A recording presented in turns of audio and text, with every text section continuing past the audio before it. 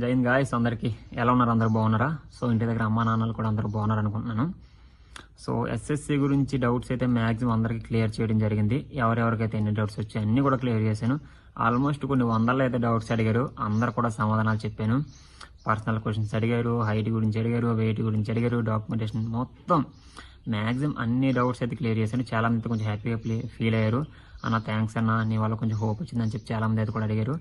దానికి చాలా మనస్ఫూర్తిగా చాలా హృదయపూర్వక ధన్యవాదాలు అందరికీ. చాలా హ్యాపీ అనిపించింది.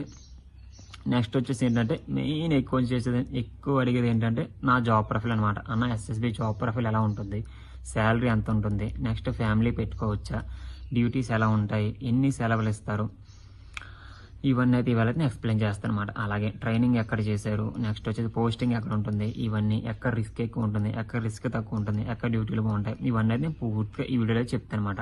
ఒకవేళ ఎస్ఎస్బి అప్లై చేసిన వాళ్ళు ఎవరైనా ఉంటే కనుక వీడియో పూర్తిగా చూడండి. ఒకవేళ మీరు అప్లై చేయలేదు అనుకోండి, ఏ జాబ్ ప్రొఫైల్ కావాలి కింద అయితే కామెంట్ చేయండి. మనకైతే చాలా ఫాలోయింగ్ ఉంది, అన్ని పోస్టింగ్లో మన ఫ్రెండ్స్ ఉన్నారు.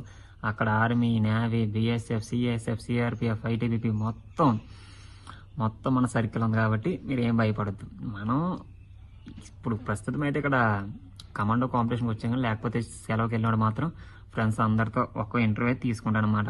ఒకవేళ గర్ల్స్ కూడా మనకైతే చాలా మంది ఫ్రెండ్స్ ఉన్నారు. వాళ్ళ దగ్గర నుంచి కూడా అయితే జాబ్ ప్రొఫైల్స్ ఎలా ఉంటాయని చెప్పి నేను అయితే అడుగుతాను అనమాట. సో ఎవరో అందరికైతే ఎక్స్ప్లెయిన్ చేస్తాను అనమాట అని చెప్తాను అనమాట. ప్రస్తుతం వేళైతే మన ఎస్ఎస్బి గురించి అయితే డిస్కస్ చేసుకుందాం అనమాట. మెయిన్ వచ్చేసి ఏంటంటే ఇంకొక విషయం అనమాట. సో అందరికైతే నేను 500 మెంబర్స్ అయితే మన రీసెంట్గా అయితే చాలా తొందరగా అయితే మనం 500 సబ్స్క్రైబర్స్ అయితే చేరుకున్నాం. దానికైతే చాలా అంటే చాలా హ్యాపీ ఉంది. మీ అందరికీ నా హృదయపూర్వక ధన్యవాదములు. దానికి చాలా హ్యాపీ అనిపించింది. సో ఇలాగే మీ సపోర్ట్ ఇలాగే ఉండాలని, ఒకవేళ నా ఇన్ఫర్మేషన్ ఇంకా యూజ్ అనిపిస్తే మీరు చూడడమే కాదు మీ ఫ్రెండ్స్ కూడా షేర్ చేయండి. ఎందుకంటే చాలామంది తెలియదు అనమాట. తెలియక వాళ్ళని వెళ్ళి అడుగుతుంటారు అనమాట. చాలామంది ఫేక్ ఇన్ఫర్మేషన్ ఇస్తుంటారు, అలాగే కరెక్ట్ ఇన్ఫర్మేషన్ కూడా ఇచ్చేవాళ్ళు ఉంటారు, కానీ తక్కువ. తెలిసిన వాళ్ళు చెప్పే చాలా తక్కువ, తెలియని వాళ్ళు చెప్పే చాలా ఎక్కువ అనమాట. సో మీ ఫ్రెండ్స్ కూడా చెప్పండి, ఇలా ఒక బ్రదర్ అయితే మంచి ఇన్ఫర్మేషన్ అయితే ఇస్తున్నాడు, సజెస్ట్ చేయండి, మనల్ని కొంచెం ఫేమస్ చేయండి. సో ఎస్ఎస్బి జాబ్ ప్రొఫైల్ గురించి చెప్తాను అనమాట. మెయిన్ వచ్చేసి నేను అది చాలామంది నా మార్క్స్ కూడా అడుగుతున్నారు కదా. నా మార్క్స్ వచ్చేసి నేను 2024 బర్త్డే అయిన 119.067 నా రా స్కోర్ వచ్చేసి. నాకు నార్మల్గా వచ్చేసి స్కోర్ వచ్చేసి 110 వచ్చే 9 మార్క్స్ అయితే నార్మలైజ్లో కలిసాయి అనమాట. సో మంచి స్కోర్ వచ్చింది కాబట్టి నాకు ఎస్ఎస్బి పోస్ట్ వచ్చిందనమాట. మెయిన్ నా ట్రైనింగ్ వచ్చేసి ఆర్టీసీ గోరఖ్పూర్లో జరిగింది. One of the best training centre. ఎందుకంటే ఒకప్పుడు జరిగే ట్రైనింగ్తో పోలిస్తే మా ట్రైనింగ్ చాలా అంటే చాలా సింపుల్గా జరిగింది. కొట్టడం కానీ తిట్టడం కానీ చాలా తక్కువ అనమాట. ఎంత తక్కువ అంటే పనిష్మెంట్లు కూడా చాలా తక్కువ అనమాట. మా డిఐజీ సార్ అందరికన్నా హెడ్, ఆయన చాలా మంచివారు అనమాట. సో ట్రైనింగ్ అయితే మీరు లక్కీ కానీ గోరఖ్పూర్లో కనుక పడితే one of the best training centre. ఒకవేళ మీరు అక్కడ పడి మీకు అక్కడ ఏమైనా హెల్ప్ కావాలంటే బయట నుంచి, చాలామంది ట్రైనింగ్ వచ్చా కొన్ని అలవాట్లు ఉంటాయి కదా, అలాంటివి వెనకాలంటే చెప్పండి.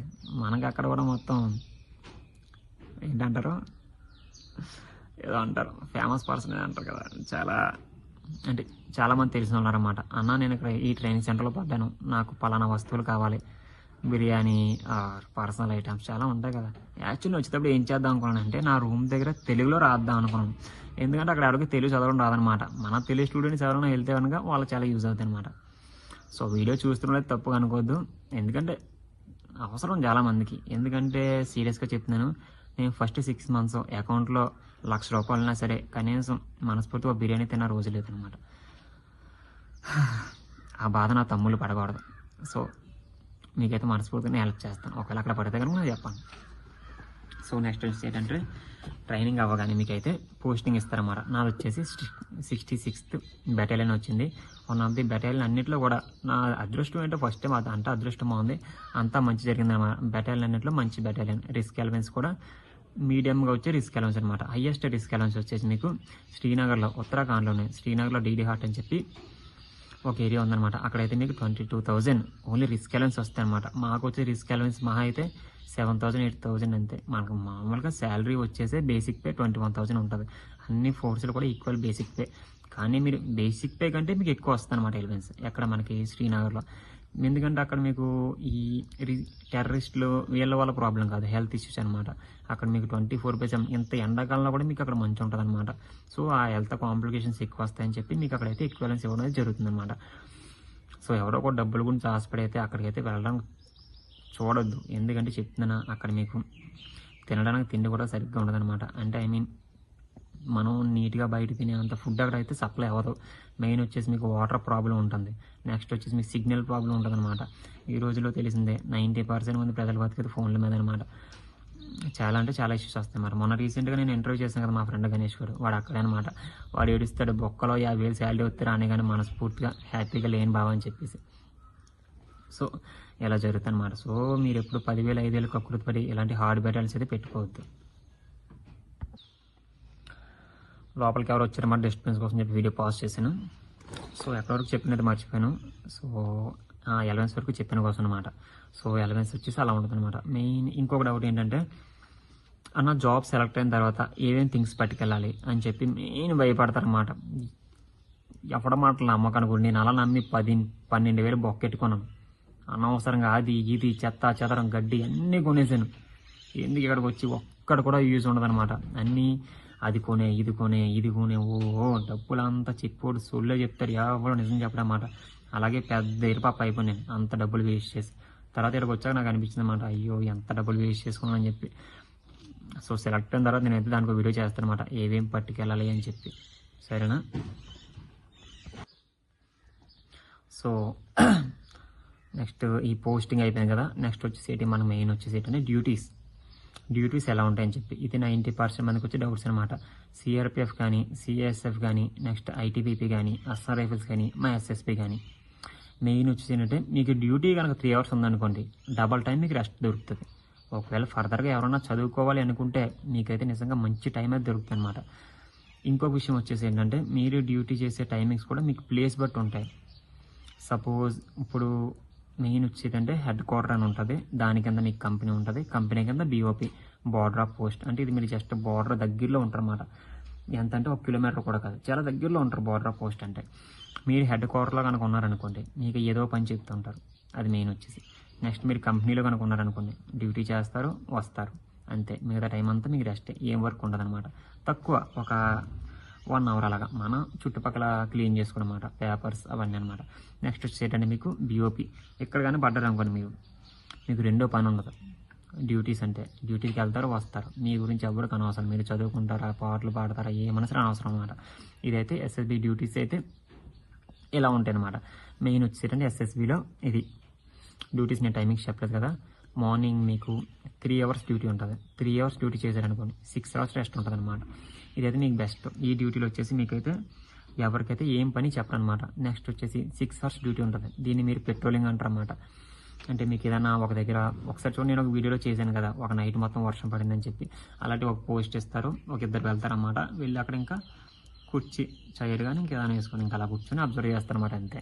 ఆ 6 hours మీరు బాడీని కష్టపెట్టగానే ఇంకేం ఉండదు, కూర్చుంటారు. జస్ట్ అటు ఇటు వెళ్ళే వాళ్ళు నడుతారన్నమాట. India to Nepal, Nepal to India, India to Bhutan, Bhutan to మన ఇండియా అనమాట అంతే. అంటే మెయిన్ ఏంటంటే SSB పని వచ్చేసి మన నేపాల్లో వస్తువులు ఏంటంటే కొంచెం కాస్ట్లీ అనమాట, మన ఇండియాలో వస్తువులు ఏంటంటే కొంచెం చీప్ అనమాట. ఎక్కువ మంది నేపాల్ గవర్నమెంట్ ఏం చెప్తుందంటే, ఇండియా నుంచి ఎటువంటి వస్తువు కూడా నేపాల్కి అయితే మీరు తీసుకెళ్ళవద్దు. దీనివల్ల ఏంటవుతుందంటే మన నేపాల్లో వస్తువులు కొనట్లేదు, దీనివల్ల మాకు కొంచెం దెబ్బ అవుతుంది అని చెప్పి అనమాట. సో మన పని ఏంటంటే అలా వెళ్ళకుండా ఆపడమే. కానీ మనం కొంచెం మంచి మనసు కదా, ఏం చేస్తాం అంటే చాలా పూర్ పీపుల్స్ వస్తారు, వాళ్ళు ఏంటంటే అక్కడ కొనుక్కోలేరు అన్నమాట. ఎక్కడి నుంచి కొంచెం సామాన్ ఉంటుంది కదా, తినే సామాన్ కానీ. నెక్స్ట్ వాళ్ళు ఏంటంటే రోటీ అది తింటారు కదా, అది కొంచెం పంపించడం చేస్తుంటారు. కొంచెం మంచి మనసు కదా నాది. సో వాటి మీద వదిలేస్తుంటారు అన్నమాట కొంచెం మంది. సో అలా డ్యూటీస్ అయితే ఈ విధంగా ఉంటాయన్నమాట. నెక్స్ట్ వచ్చేసి ఏంటి, మీరు ఫ్యామిలీ వచ్చేసి ఏంటంటే ఎవరైనా సరే ఫ్యామిలీ పక్కా పెట్టుకోవచ్చు అని చెప్తే నమ్మొద్దు. ఇప్పుడు చెప్పాను హెడ్ క్వార్టర్ అని చెప్పాను, హెడ్ క్వార్టర్లో కనుక మీరు ఉన్నారనుకోండి, మీకంటూ ఒక ఫిక్స్డ్ ప్లేస్ ఉంటుంది. అంటే మీరు 3 years అక్కడ ఫిక్స్ అనమాట. సో అప్పుడు మీరు మీ ఫ్యామిలీని పెట్టుకోవచ్చు. ఎందుకు, మీరు ఆటోమేటిక్గా ఏంటంటే మీరు మీ ఫ్యామిలీతో ఉండాలనుకుంటే నైట్ 8 ఆటోమేటిక్గా ఇంటికి వెళ్ళిపోవాలి, నైట్ డ్యూటీలు ఉండకూడదు. అలా అంటే మీరు హెడ్ క్వార్టర్లో ఉంటే మీకు ఫ్యామిలీ పెట్టుకోవచ్చు అనమాట. హెడ్ క్వార్టర్లో ఉండాలంటే ఏం చేయాలి, మీకు ఏదో స్కిల్ వచ్చి ఉండాలి. లైక్ కంప్యూటర్ వచ్చి ఉండాలి, లేకపోతే మీకు ఏమన్నా ఇంకైనా పర్సనల్ వర్క్స్ కానీ వచ్చాయనుకోండి, ఓకే నువ్వు హెడ్ క్వార్టర్లో ఉండొచ్చు అనమాట. నెక్స్ట్ ఏంటంటే కంపెనీలో ఉన్నా కూడా మీరు ఫ్యామిలీ పెట్టుకోవడం కావదు. ఎందుకంటే కంపెనీలో ఉన్నవాడు ఇప్పుడు ఏ ప్లేస్కి ఎక్కడికి వెళ్తాడో తెలియదు. ఇప్పుడు సడన్గా ఏదైనా కోర్స్ వచ్చింది అనుకోండి, వాడిని కంపెనీలో ఉన్నవాడిని పంపిస్తారు. సడన్గా ఎవరైనా డిఏజీ కానీ ఎవరైనా పెద్ద ఆఫీసర్ వచ్చారనుకోండి, వాళ్ళకి సెల్యూట్ చేయాలనుకుని మిమ్మల్ని పంపిస్తారన్నమాట. ఏ టైంకి ఎక్కడ ఉంటారో తెలియదు. మెయిన్ ఎగ్జాంపుల్ నేను ఇప్పుడు వచ్చి ఒకసారి కూడా బీఓపీకి వెళ్ళలేదు, కంపెనీలోనే ఉన్నాను. ఆల్మోస్ట్ 3-4 మంత్స్ అనేది కంపెనీలోనే ఉన్నాను అన్నమాట. 4 మంత్స్ నుంచి కూడా ఆల్మోస్ట్ నేనంటే కొంచెం వాలీబాల్ ప్లేయర్ వల్ల ఏంటంటే నేను మా ఇన్స్పెక్టర్ సార్కి స్కాట్లో ఉన్నాను అనమాట. అందువల్ల నన్ను ఎక్కడికి పంపించలేదు. మా ఇన్స్పెక్టర్ సార్ సెలవుకి వెళ్ళారు, వెంటనే నన్ను ఏం చేశారు, వెంటనే నన్ను ఏఆర్టీకి పంపించారు. అంటే 1 మంత్ ట్రైనింగ్ ఉంటుంది అనమాట. మళ్ళీ అంటే ప్రతి సంవత్సరం కూడా ఫిట్నెస్ చెక్ చేయడానికి, అంటే ఓవర్ వెయిట్ అయిపోయా అండ్ వెయిట్లోకి తీసుకురావాలని చెప్పి 1 నెల అయితే మళ్ళీ వరకు ట్రైనింగ్ చేస్తామన్నమాట. నన్ను వెంటనే పంపిస్తారు. అది అలా ఉండగా ఒక 3 days చేయగానే వెంటనే కమాండో కాంపిటీషన్ వచ్చింది, మళ్ళీ అక్కడ పంపిస్తారు. సో ఇన్ని నెలలా తిరుగుతున్నాను. నేను ఫ్యామిలీ పెట్టుకోవచ్చా చెప్పండి? పెట్టుకోవడం కావదు. సో ఏంటంటే మీరు ఫ్యామిలీ పెట్టుకోవాలనుకుంటే మెయిన్ మీకంటూ ఒక పర్మనెంట్ ప్లేస్ ఉండాలి. ఎస్ఎస్బిలో వచ్చేసి మెయిన్ మైనస్ అదే, మీకంటూ ఒక పర్మనెంట్ ప్లేస్ అనేది ఉండదు. సో ఎస్ఎస్బిలో మీరు ఫ్యామిలీ పెట్టుకోవాలనుకుంటే మీరు ఏదైనా కోర్స్ చేయాలన్నమాట. ఒక పీటీ కోర్స్ కానీ లేకపోతే డ్రిల్ కోర్స్ కానీ ఏదైనా ఇన్స్ట్రక్టర్ కానీ మీరు అయ్యారనుకోండి, అప్పుడు మీకు ఒక ట్రైనింగ్ సెంటర్ పంపిస్తారు. మీకు ఒక 3 years పర్మనెంట్గా ప్లేస్ దొరుకుతుంది అనమాట. సో ఆటోమేటిక్గా మీరు మార్నింగ్ అంతా కూడా ఇన్స్ట్రక్టర్ కోర్స్ చేస్తారు, నైట్ వచ్చేసి మీరు ఇంటికి వెళ్ళిపోతారు అనమాట. అది బెస్ట్. అది కూడా ఒక ఆప్షన్ ఉందన్నమాట. ఒకవేళ చెయ్యాలి అనుకుంటే, ఫ్యామిలీ పెట్టుకోవాలనుకుంటే అదొక ఆప్షన్ అనమాట. ఎస్ఎస్బికి వచ్చేసి మిగతా ఫోర్స్ల గురించి తెలిసిందే కదా. మెయిన్ అదొకటి ఏంటంటే ఫ్యామిలీ పెట్టుకుంటే వాడు క్వార్టర్ ఇవ్వాల్సి లేదు, మీకు ప్రతి నెల రెంట్ పడుతుంది అనమాట. హెచ్ఆర్ఏ హౌస్ రెంట్ హెల్వెన్స్ అని చెప్పి మీకు 2,500 నుంచి 3,000 వరకు అదొక హెచ్ఆర్ఏ పడుతుంది అనమాట. మీరు ఒకవేళ బయట పెట్టుకున్నారనుకోండి, ఆ డబ్బులు మీరు అక్కడ ఖర్చు పెడతారు. లేదా క్వార్టర్లో అనుకోండి, ఆ డబ్బులు మీకు పడవన్నమాట. అంతే తేడా, అంతకుమించి ఏముండదు అనమాట. నెక్స్ట్ వచ్చేసి ఏంటంటే ఫ్యామిలీ అయిపోయింది. Next holidays. మెయిన్ వచ్చేసి హాలిడేస్ గురించి ఏంటంటే మనకు వచ్చేసి 60 EL ఉంటాయి, 15 CL ఉంటాయి అనమాట. CL అంటే క్యాజువల్లీ, ఎమర్జెన్సీ టైంలో అనమాట. మీకు ఎటువంటి టైంలో అన్నా సరే ఈ CL అనేవి యూజ్ అవుతాయి అనమాట. వెంటనే ఇస్తారు లీవ్స్. దానితో ఏంటంటే CLతో మెయిన్ బెనిఫిట్ ఏంటంటే మనకి, సపోజ్ మొన్న మార్చి నెలలో నేను ఇంటికి వెళ్ళాను. యాక్చువల్లీ నేను వచ్చేసి 6 CL తీసుకున్నాను, అంటే 6 రోజులు సెలవులు తీసుకున్నాను. కానీ నాకు 15 రోజులు యాడ్ అయ్యాయి అనమాట. అది ఎలా అంటారా, మెయిన్ వచ్చేసి ఆ రోజు ఏంటంటే గెజిటెడ్ హాలిడేస్ కానీ, నెక్స్ట్ RH కానీ, నెక్స్ట్ మనకి సండేలే ఉంటాయి కదా, సెకండ్ సాటర్డే లెక్కే కానీ సండే ఉంటాయా. నెక్స్ట్ ఇంకా మనకి GH అనేది గెజిటెడ్ హాలిడే తెలిసిందే కదా. ఆ హాలిడేస్ కానీ ఇవి కానీ మీకు పొరపాటు 6 daysలో కనుక కలిసి అనుకోండి, ఆటోమేటిక్గా అవి మన సెలవుల్లో కౌంటింగ్ రావు అనమాట. అవి అలా పొడిగించిపోతాయి అనమాట. అదొక చాలా బెనిఫిట్ అన్నమాట. CL వచ్చేసి మనం ఇప్పుడు కూడా ఒక సండే, ఒక 2-3 Sundays మధ్యలో వచ్చేలా చూసుకోవాలి. ఒక 1 or 2 గెజిటెడ్ హాలిడేస్ వచ్చేలా ప్లాన్ చేసుకోవాలన్నమాట. అప్పుడు ఆటోమేటిక్గా మనకి ఏమవుతాయంటే సెలవులనే కొంచెం పెరగడం జరుగుతుంది అనమాట. ఎందుకంటే మన సౌత్ తెలుగు వచ్చేసి మెయిన్ సెలవులు ఇంపార్టెంట్ అనమాట. రావడం పోవడానికి 2-3 days పోద్ది అనమాట. అంటే మనం 1 week తీసుకున్నా బొక్కే. వీళ్ళు అనుకోండి బీహార్, యూపీ అనుకోండి, మార్నింగ్ ఎక్కారేమో ఈవినింగ్ దిగేస్తారు ఇంటికి కదా. వాళ్ళకి ఒక వారం అన్నా చాలా ఎక్కువ అనమాట.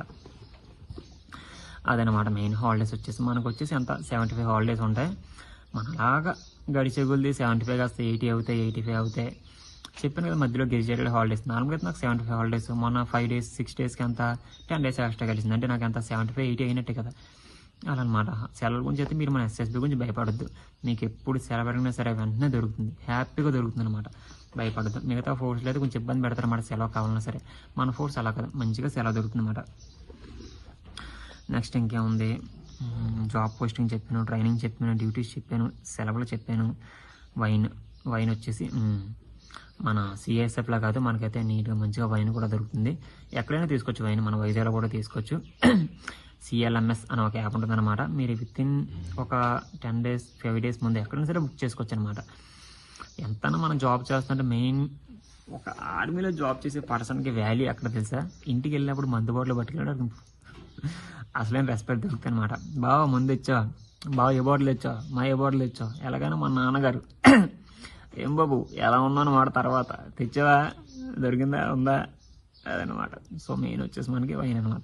నాకు జాబ్ రాగానే 90% మంది అడిగింది ఏంటంటే శాలరీ మరి అటు ఇస్తే వైన్ కార్డు ఉందా, వైన్ వస్తుందా మనకి, వస్తుంది అయితే మంచి జాబే కొట్టావు, వైన్ వస్తే మంచి జాబ్ కొట్టావు, వైన్ రావద్దా మంచి జాబ్ కాదు, నీకు ₹1,00,000 శాలరీ రాని తర్వాత ఇష్టం, కానీ నీకు ఫస్ట్ వైన్ రావాలన్నమాట.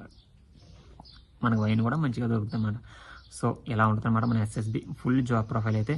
ఇందులో కనుక మీకు ఇంకేమన్నా కనుక డౌట్స్ ఉంటే కనుక తప్పకుండా నాకైతే కింద కామెంట్ చేయండి. నా డ్యూటీస్ విషయంలో కానీ, సెలవుల విషయంలో కానీ, శాలరీ విషయంలో కానీ, ఫ్యామిలీ విషయంలో కానీ, ఇంకా ఏ డౌట్స్ ఉన్నా సరే నాకు తప్పకుండా కింద కామెంట్ చేయండి. తప్పకుండా అయితే నేనైతే వాళ్ళకైతే రిప్లై ఇస్తాను. అందరిలో ఒకవేళ మరీ డౌట్స్ ఎక్కువ చెప్పారనుకోండి, ఆ డౌట్స్కి నేను వీడియో చేస్తాను మరి చిన్న ఎక్స్ప్లెనేషన్తో. ఓకేనా? ఇంకా ఎస్ఎస్సి జీడీలో ఇంకా ఏమైనా డౌట్స్ ఉంటే కనుక కింద టెక్స్ట్ చేయండి. రెగ్యులర్ డౌట్స్ కాదు, డిఫరెంట్గా. ఓకేనా? ఇలా అయితే మన జాబ్ ప్రస్తుతం కొనసాగిస్తున్నాం. ఉత్తరాఖండ్ వచ్చో ఒక 9 నెలలు అయితే ఎక్కడికి వెళ్ళాం. కమాండో కాంపిటీషన్ మామూలు కాదు, చాలా అంటే చాలా హార్డ్గా ఇస్తున్న ట్రైనింగ్. ఇలా ఈ 2 డేస్ నేను వీడియోస్ చేయడానికి కారణం ఏంటంటే నాకు కొంచెం హెల్త్ బాగోలేదని చెప్పాను కదా, నాకు సీరియస్ట్ అయితే ఇచ్చారనమాట. అంటే సీరియస్ట్ అంటే మీరు ఎక్కడికి ఇంక వెళ్ళవసరం లేదు, ఫుల్గా రూమ్లో ఉండి రెస్ట్ తీసుకొచ్చారనమాట. సో అందుకే వీడియోస్ చేస్తున్నాను. ఫర్దర్గా నెక్స్ట్ అయితే ఒక వీడియోస్ చేయడానికి గ్యాప్ వస్తే కనుక నాకు కామెంట్ చేయండి, మెసేజ్ చేయండి, డౌట్స్ కామెంట్ చేయండి, అదైతే నేను రిప్లై ఇస్తాను అనమాట. సరేనా? ఇక సెలవు మరి. జై హింద్ అందరికీ.